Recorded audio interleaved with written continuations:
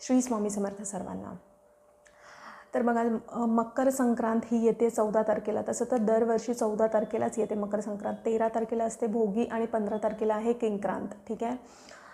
तर मकर संक्रांतीच्या दिवशी का मकर संक्रांत मनवली जाते? कारण आहे ना, सूर्यदेव है ना मकर राशीत प्रवेश करत आहे। आता सूर्यदेव मकर राशीत प्रवेश करणं म्हणजे काय? मकर राशीचे जे देव आहेत ते आहेत शनिदेव, ठीक आहे।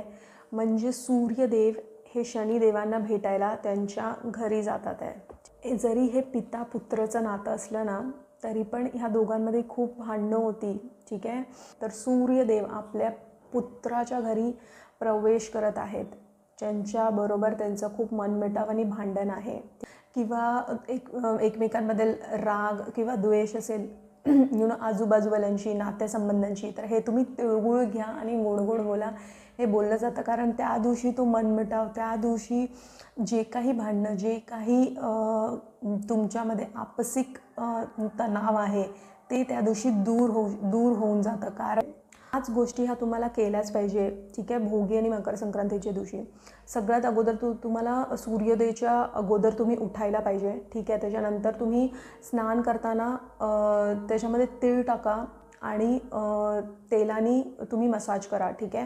आणि तुम्हाला सूर्य अर्घचं खूप महत्त्व आहे। जसं काही मी तुम्हाला पहिलं सांगितलं की सूर्यदेव हे शनिदेवांच्या घरी प्रवेश करत आहेत, ठीक आहे। तर त्या दिवशी तुम्ही सूर्य अर्घ द्या, ठीक आहे। त्याच्या व्यतिरिक्त मग तुम्ही खिचडी, ते जे लागणारं साहित्य आहे ते तुम्ही दान करा। आणि सूर्यदेव हे आहेत ना, हे पृथ्वीच्या खूप जवळ येतात आणि त्यामुळे ना उष्णताही खूप वाढते, तेव्हा आपल्यामध्ये अग्नितत्वही वाढतं, ठीक आहे। त्यामुळे बघा, भोगीच्या दिवशी ना अशा भाज्या आपण खातो ज्या भाज्या थंड आहेत, म्हणजे गाजर, मटर, थंड भाज्या आहेत ना, त्याच उगवल्या जातात थंडीत आणि त्यामुळे त्या भाज्या आपण खातो, ठीक आहे। आणि त्याच्यानंतर हळूहळू ही गरमी चालू व्हायला सुरुवात होते, ठीक आहे, भोगीच्या नंतर। त्याच्या मागची कथा त्याच दिवशी, आणि त्या दिवशी त्याचं महत्त्व खूप आहे, म्हणून त्याच दिवशी ती कथा ऐकावी। आणि कारण बघा, आपण जे ऐकतो ना त्याचा परिणाम आपल्या बुद्धीवरती खूप होतो आणि आपल्याला सकारात्मक ऊर्जा भेटते या सगळ्या गोष्टी ऐकून, ठीक आहे। तर म्हणून तुम्ही त्या दिवशी त्याच सणाची कथा ऐकत जा। कथा ऐकणं हे खूप खूप खूप लाभदायक आहे तुमच्या पूर्ण आयुष्यासाठी आणि शरीरासाठी सुद्धा, ठीक आहे। आणि तुमची मानसिक स्थिती पण खूप चांगली होते कथा, या सगळ्या गोष्टी, धार्मिक गोष्टी ऐकल्याने, ठीक आहे।